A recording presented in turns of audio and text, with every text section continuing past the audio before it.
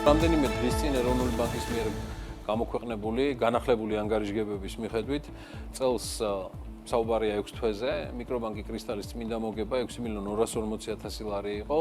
ეს ის დროა, ვიდრე საქმიანი დილას ეთერით დავაანონსებდით, რომ საქართველოს საფინანსო ბაზარზე ბანკის სტატუსით სულ რამდენიმე თვის წინ საკმაოდ სტაჟიანი კომპანია კრისტალი მომხმარებლებისთვის საბანკო პროდუქტების შეთავაზებას იწყებდა.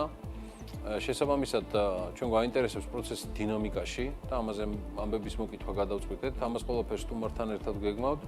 აქვე შემიძლია ისიც გითხრათ, რომ ვიდრე კრისტალის კომერციულ დირექტორთან დავიწყებ საუბარს, აღნიშნავ, რომ გასული თვის მიწრული იყო, როცა Fitch Ratings-მა მიკრობანკ კრისტალის გრძელვადიანი პროგნოზი IDR-ზეა საუბარი, ის სტაბილურით შეაფასა. და ამ შეფასებით იწყებს რეალურად ბანკის ფერხულში და სტატუსით კომპანია ბაზარზე პოზიციების გამყარებას. კრისტალმა საბანკო ლიცენზიის მიღების შემდეგ მომხმარებლებისთვის დეპოზიტების შეთავაზებაც დაიწყო. ძალიან გულშემატკივრობ ამ გუნდს. ძალიან ბევრმა დეტალმა კრისტალის განვითარებისა და ამ გუნდის ზრდისა ჩვენ თვალწინ გაიარა. ამიტომ სრულიად დამსახურებული და გულსხმელია მერწმუნეთ ეს ჩვენი მხარდაჭერაც და დამოკიდებულებას. ყველაფერი დანარჩენისთვის. მელანია კოჭოხიძე, კრისტალის კომერციული დირექტორი არის ჩვენთან ერთად. დილამშვიდობისა და მადლობა მოგზაურობისთვის. დილამშვიდობის, მადლობა. როგორ დაიწყო ამბავი და წელი? ანუ Fitch-ზე ცოტა დეტალებში გადავიდეთ მე მელანია, მაგრამ მაინც დავიწყოთ რამე შეცვალა ამ ბანკის და თქვენ რუტინაში ეგ რა შეცვლის, მაგრამ მაინც ცოტა მე მგონი სხვა შეგრძნება. კი ბატონო, როგორც იცით, პირველი ნაბიჯი ლიცენზიის მიღება იყო თებერვალში, ამის შემდეგ გუნდი დაახლოებით 4 თვის განმავლობაში მუშაობდა უკვე იმ პროცესების, პროცედურების და პროდუქტების დანერგვაზე, რომელიც უკვე საბანკო სტატუსისთვის გვჭირდებოდა. ჩვენ რეალურად 16 ივნისს გადავედით როგორც სრულფასოვანი მიკრობანკი, მიკროსაფინანსო სტატუსიდან ბანკის სტატუსში. ეს რას ნიშნავს ჩვენთვის და ჩვენი მომხმარებლისთვის? Ну, რა თქმა უნდა, ჩვენ ყოველთვის მაღალი პასუხისმგებლობის მქონე კომპანია ვიყავით და ვართ და ვაგრძელებთ ამ მიმართულებას, თუმცა საბანკო ლიცენზია უფრო მეტ პასუხისმგებლობას აკისრებს კომპანიას, იქნება ეს მომხმარებელთან ურთიერთობაში თუ მარეგულირებელთან ურთიერთობაში. ძირითადად მაინც ახალი პროდუქტები დაგვემატა არასაკრედიტო მიმართულებით და აი ეს ნაწილში მოხდა ჩვენი, ესე რომ ვთქვათ, ფოკუსი და გაფართოება. დეპოზიტები. მიმდინარე ანგარიშები, რომელიც ერთ-ერთი მნიშვნელოვანია, ეს არის გადარიცხვების სერვისი, როგორც ბანკთა შორის, ისე საზღვარგარეთ და რა თქმა უნდა დეპოზიტები, რისთვისაც ესე რომ ვთქვათ, ჩვენ ძალიან ბევრი ვიშრომეთ. პარალელურად ჩვენი საუბრისა მთელი ბოლო პერიოდის განმავლობაში საკმაოდ აქტიური მარკეტინგული კამპანიაც მიდის იმ გამორჩეულ მაღალ სარგებელზე, რომელიც მომდინარეობს დეპოზიტებიდან. ეს ნახეთ ემთხვევა თქვენ შემოსვლას ბაზარზე. დიახ. და პირდაპირ ესეთი რაღაცის შეთავაზება, რაც კიდევ ერთხელ ხაზს უსვამს მნიშვნელობას. კი, რა თქმა უნდა. ახალი მოთამაშის შემოსვლისა. რასთან გვაქვს საქმე, როცა ესეთი განსხვავებული პირობებით ესაუბრებით საქმიან საზოგადოებას და სთხოვთ, რომ დაინტერესდნენ თქვენით და თან გაქვთ აბსოლუტურად კონკრეტული ძალიან მნიშვნელოვანი შეთავაზება. ესე იგი, მე წინა თქვენს გადაცემაშიც აღვნიშნე, რომ ჩვენ ბაზარზე შესვლის სტრატეგიად ზუსტად ეს საპროცენტო განაკვეთი ავიღეთ, გამომდინარე იქიდან, რომ ეს ისეთი პროდუქტია, რომელიც უკვე საკმაოდ კარგად დამკვიდრებულია ბაზარზე და შესაბამისად მომხმარებელი სამ რაღაცაზე აკეთებს აქცენტს, როცა ირჩევს კომპანიას, სად განათავსოს თავისი თანხა.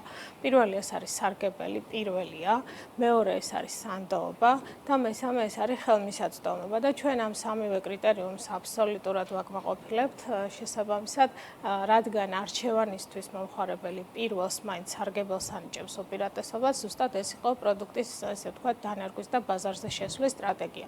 ნუ თუ ავიღებთ კონკრეტულად ბანკებს, დაახლოებით 2.5-3%-ით მეტი გვაქვს შეთავაზება ამ ეტაპზე და ეს 1 აგვისტომდე გაგრძელდება, როგორც ჩვენი, ესე ვთქვათ, სარეკლამო ერთგვარი აქციის სახითაც არის. ხო შეგვიძლია მელანია ესე ვთქვათ. კი, ეს ნამდვილად არის აქციის სახით, თუმცა გარკვეული დროის შემდეგ ჩვენ მაინც გვექნება, ისე რომ ვთქვათ, შედარებით მაღალი განაკვეთი უახლოესი 1.5 წელიწადი.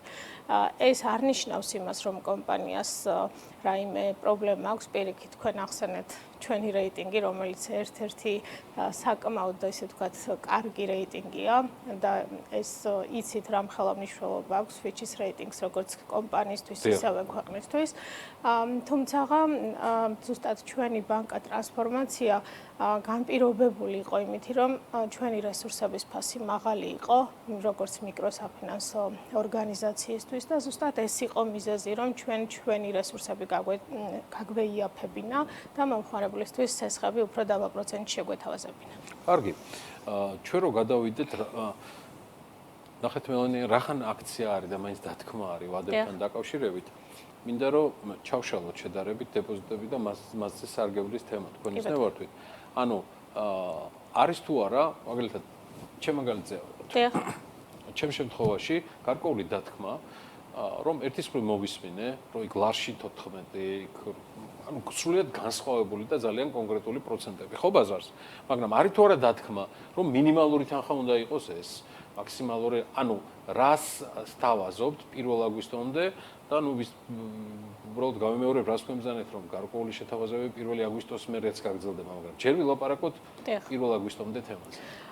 ესე იგი, ისევე როგორც ნებისმიერ სხვა ბანკს, ჩვენთვის დეპოზიტები ესე რომ ვთქვათ, პროდუქტია, რომელსაც ვთავაზობთ მომხმარებლებს და ჩვენი, ასე რომ ვთქვათ, დეპოზიტების მაქსიმუმი თანხა არის 30.000 ლარი. ეს დაზღვეულია სახელმწიფოს მიერ, ისე როგორც სხვა ბანკში. აქედან გამომდინარე, მინიმუმი თანხა 100 ლარია, საიდანაც შეუძლია მომხმარებლს დაიწყოს, ესე რომ ვთქვათ, დაგროვება. ჩვენ ერთგვარი სოციალური პასუხისმგებლობაც გვაქვს მეწარმეებზე და ჩვენს მომხმარებლებზე. შესაბამისად, მინიმალური თანხა არის 100 ლარი. დეპოზიტზე მაქსიმალური თანხა არის 30.000 ლარი, თუმცა იგივე საპროცენტო განაკვეთ ჩვენ მონეტაზეც ვთავაზობთ, რომელიც 100.000 ლარიდან იწყება და შეზღუდული არ არის. ხო, იქ ზღვარი არ აქვს ამ ეტაპზე. თუმცა განაკვეთები მონეტაზე იგივეა, ამ ეტაპზე კი ბატონო, იგივეა, გამომდინარე იქედან, რომ ჩვენთვის მნიშვნელოვანია, რომ 1 აგვისტომდე შემოსული, ისე ვთქვათ, მომხმარებელი ერთი და იგივე პირობებში ჩავაყენოთ. ერთის მხრივ ვთავაზობთ დაბალ და საშუალო შემოსავლიან მომხმარებლებს დეპოზიტებს, რომლის ზღვარი არის მაქსიმუმ 30.000 ლარი, თუმცა მეორეს მხრივ მაღალშემოსავლიანი მეწარმეების იურიდიული პირების, ფიზიკური პირებისთვის გვაქვს მონეტა, რომელსაც ასე ვთქვათ, იგივე განაკვეთი ვრცელდება. ბოლოს წინა კითხვა, როგორ ახერხებს კრისტალი? ერთის მხრივ ამ ბოლო 6 თვის განმავლობაში მიიღოს, ხო? ლიცენზია, მე აგერ Fitch-ი იყო, შემოდის ბაზარზე, რომელთაც ფაქტიურად გზას რაღაც დაგილოცასავით Fitch-მა თავისი ხო, რეიტინგის მონიჭებით და გააქვთ სრულიად განსხვავებული საპროცენტო განაკვეთები, რომელიც ამ ბაზარზე მყოფ სხვა სუბიექტებს, რომლებიც გაცილებით დიდი ხნის განმავლობაში არიან, განასხვავებს რამდენადმე. რა რესურსთან გვაქვს საქმე და რა კონკურენტულ უპირატესობაზეა თქვენი შეთავაზება დაფუძნებული? მე როგორც აღნიშნე, ჩვენი დაფინანსების, ასე ვთქვათ, სტრუქტურა საკმაოდ ძვირი იყო, იმიტომ რომ განსხვავება ზუსტად ეს არის მიკროსაფინანსოსა და ბანკებს შორის, რომ დაფინანსების სტრუქტურა მათთვის არის ძვირი, ასევე იყო ჩვენთვისაც. ამიტომ ჩვენი ამოცანა პირველ ეტაპზე არის, რომ ჩვენ ჩავანაცვლოთ შედარებით უფრო იაფფასიანი რესურსით ის, რასაც ვიღებდით საერთაშორისო დიახ კომპანიებიდან, თუმცა ეს არ ნიშნავს იმას, რომ ჩვენ სრულიად უარს ვამბობთ მათთან თანამშრომლობაზე, უბრალოდ ის ძვირიანი რესურსები, რაც ჰქონდა და განსაკუთრებით ბოლო პერიოდში აღებული, გვინდა რომ ჩავანაცვლოთ ფიზიკური პირებიდან მიღებული სახსრებით, რომელიც შედარებით უფრო იაფია. ამ კითხვის გაგრძელება ნიშნავს თუ არა ეს, რომ ის რაც მაგალითად თქვენ დაიწყეთ 16 ივნისიდან, როცა პირველი საბანკო პროდუქტები გამოჩნდა კრისტალის სახელით, გრძელდება მთელი ამ ხნის განმავლობაში, ამას მოყვება უკვე სხვა კლასიკური საბანკო პროდუქტები და რას გეგმავთ ამ კუთხით მელანია უახლოეს მომავალში? კი ბატონო, ჩვენთვის ეს პლასტიკური ბარათებით წამოვა და ყველაფერი. თითქმის გასული ვართ ამ ნაწილში ბოლოში. ახლოეს ალბათ ერთი კვარტლის ფარგლებში პლასტიკური ბარათების შეთავაზება იქნება სადებეტო ბარათების პირველ ეტაპზე. ასევე ფაქტორინგის და გარანტიების მიმართულებით მიდის მუშაობა კომპანიაში. ფაქტორინგიც იქნება, ხო? კი, რა თქმა უნდა. კი, რა თქმა უნდა. ბიზნესი მოემზადეთ, აგერ მოვიდა უკვე კრისტალისტები. და პრინციპში ამითი საბაზისო პროდუქტები შექმნილია, რაც იმას ნიშნავს, რომ ჩვენს როგორც სრულფასოვანი ბანკი გამოჩნდა სექტემბრიდან იყრის სექტემბრისკენ იყრის აი სექტემბერი, ოქტომბერი პერიოდში. კი, წესით მეტი დრო არ უნდა დაგჭირდეს, სადაც ვდგევართ. დღევანდელი სტატუსი. მინდა დაუბრუნდე თემას ჩვენი საუბრის ბოლოს ზუსტად იმ თემით, რაც ორთავე ვიცით, რომ ყველაზე მნიშვნელოვანია. ჩემთვის ეს მაინც არის ფიჩი. დიახ.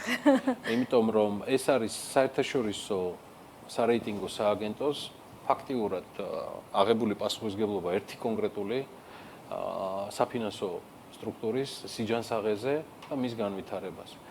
ძალიან მაღალი და თან დამაიმედებელი რეიტინგი შეუფასა კრისტალს ფიჩმა. თან ეს პროცესი მუდმივად გრძელდება. აქ არის მუდმივი კომუნიკაცია საერთაშორისო სააგენტოებთან, ეს არ არის რომ ვიღაცამ შემოიარა კრისტალის ოფისში და დატოვა და გავიდა. რა შესაძლებლობებს გაგიხსნით ეს თქვენ საუბრობდით დაფინანსების სტრუქტურაზე და მოგცემს თუ არა საშუალებას კრისტალის მაგალითზე ესეთი შეფასებები, რომ თქვენ ხელი მიგიწვდებოდეთ შედარებით უფრო იაფასიან რესურსზე, რომელსაც საბოლოო ჯამში საბოლოო ბენეფიციარები ჩვენ საქმიანი საზოგადოება ვიქნებით.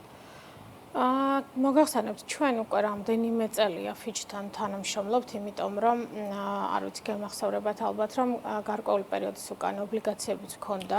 შესაბამისად, თავის დროზე კომპანიამ გადაწყვიტა, რომ ფიჩთან გაეკეთებია რეიტინგი, იმიტომ რომ ჩვენ გრძელვადიანად შევხედეთ ჩვენს, ასე რომ ვთქვათ, საქმიანობას, თუმცა მაშინ შეგვეძლო, რომ ფიჩი არ ყოფილიყო ჩვენი შემფასებელი.